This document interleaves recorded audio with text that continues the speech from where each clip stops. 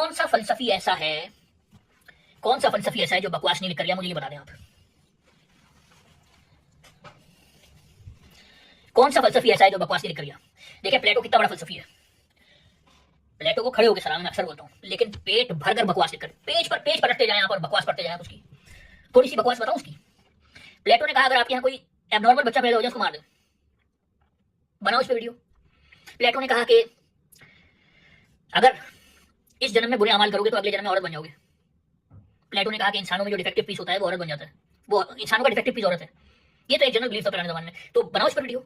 हम प्लेटो को प्लेटो ने लौंडेबाजी पर जो लड़का चलता हुआ आया और मैं उसको देखकर हैरान रह गया, वो बहुत हसीन था और वो मेरे बराबर में आके बैठ गया, उसकी शर्ट के बटन खुले हुए थे और मेरी नजर उसके सीने पर पड़ी और मुझे आग लग गई। ये प्लेटो निकल गया है, इस पर वीडियो बना दो। नहीं, हम उसकी छोटी बातों में क्यों, उसकी अजमत वक्त ने तय कर दी है।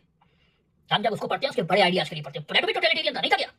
डेमोक्रेसी के खिलाफ जितना प्लेटो ने लिखा किसी ने लिखा, तो हम उसके खिलाफ थोड़ी, हम उसकी बड़े आइडियाज डिस्कस करते हैं। दुनिया का हर बड़ा फलसफी बकवास लिख कर गया है, पेट भर के बकवास लिख कर गया है। कोई एक फिलोसफर मुझे बता दें जो बकवास नहीं लिख कर गया।